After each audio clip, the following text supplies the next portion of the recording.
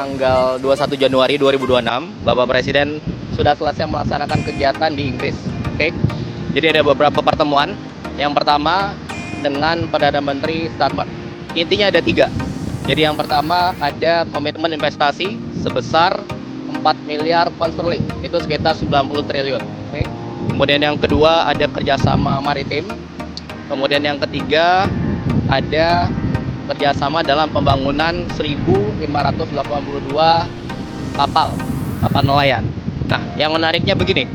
Jadi kapalnya ini nanti menurut Menteri Kelautan akan mempekerjakan sekitar 600.000 orang. Kemudian yang kedua, kemarin Bapak Presiden bertemu dengan 24 profesor dari 24 universitas top di Inggris Raya.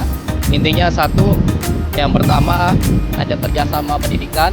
Jadi Bapak Presiden ingin membuat 10 kampus baru di Indonesia, terutama di bidang kedokteran, kemudian di bidang STEM, Science, Technology, Engineering, and Mathematics. Kemudian yang ketiga selanjutnya, di antara kegiatan kemarin Bapak Presiden melaksanakan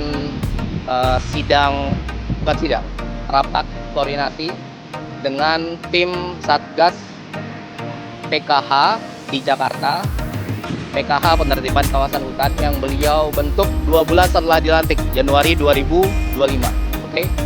Apa tujuannya kemarin? Jadi setelah rapat itu menerima laporan dari Satgas, Bapak Presiden memutuskan untuk mencabut izin perusahaan yang telah terbukti melanggar. Jadi ada 22 perusahaan terkait hutan, kemudian ada 6 terkait tambang yang merusak alam.